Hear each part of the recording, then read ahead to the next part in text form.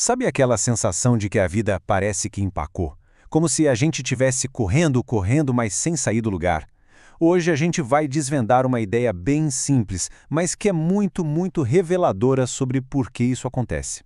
É uma reflexão curta, eu prometo, mas que pode mudar o jeito que a gente enxerga os nossos próprios obstáculos. Vamos começar exatamente por aqui. Com essa sensação que, olha, talvez seja bem familiar para muita gente. Aquele sentimento de estar estagnado, sabe? De que por mais que se tente, que se esforce, as coisas simplesmente não andam. E é justamente aqui que a perspectiva começa a virar de cabeça para baixo. O primeiro passo é a gente questionar o nosso instinto mais comum, que é o de botar culpa em coisas de fora por essa falta de progresso.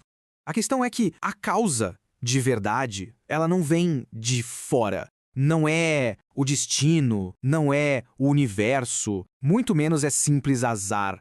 A resposta, na verdade, está dentro da gente. Olha só que interessante esse contraste. De um lado, a gente tem a má sorte, uma coisa externa que não dá para controlar, totalmente aleatória. Do outro, a sabotagem, que é interna, segue um padrão e o mais importante de tudo é uma escolha. É uma diferença gritante entre ser vítima das circunstâncias e ser o autor da própria história. Então, que nome a gente dá para essa força interna que acaba prendendo a gente? O diagnóstico é bem direto. Ele tem uma palavra específica, uma palavra forte que a gente precisa entender de verdade. Sabotagem, é isso. E aqui sabotagem significa minar o próprio progresso.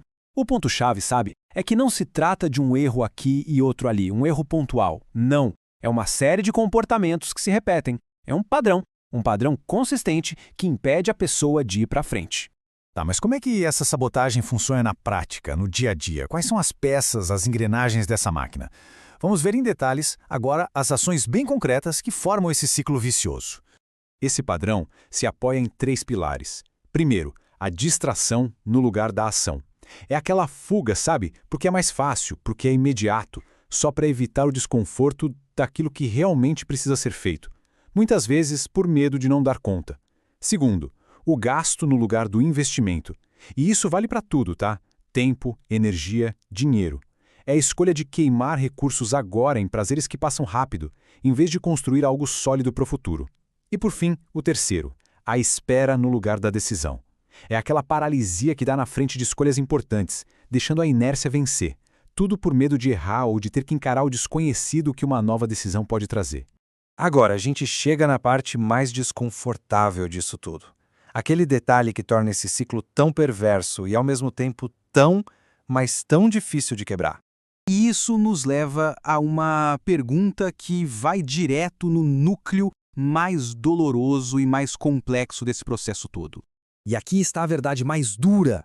Não é por falta de informação. Não é por falta de conhecimento. A pessoa que está presa nesse ciclo, lá no fundo, ela já sabe. Ela sabe perfeitamente que as próprias ações estão minando o futuro dela. E é aqui que mora o grande paradoxo da autossabotagem. Existe um abismo, um buraco enorme, entre saber o que é errado e simplesmente parar de fazer. A consciência do problema está ali, clara como a luz do dia, mas o comportamento não muda. O padrão se repete, mesmo indo contra a própria razão. Então, se a pessoa sabe de tudo isso e ainda assim continua, só resta uma pergunta no ar. Uma pergunta bem curta, mas que ecoa e que fica para cada um refletir. Até quando?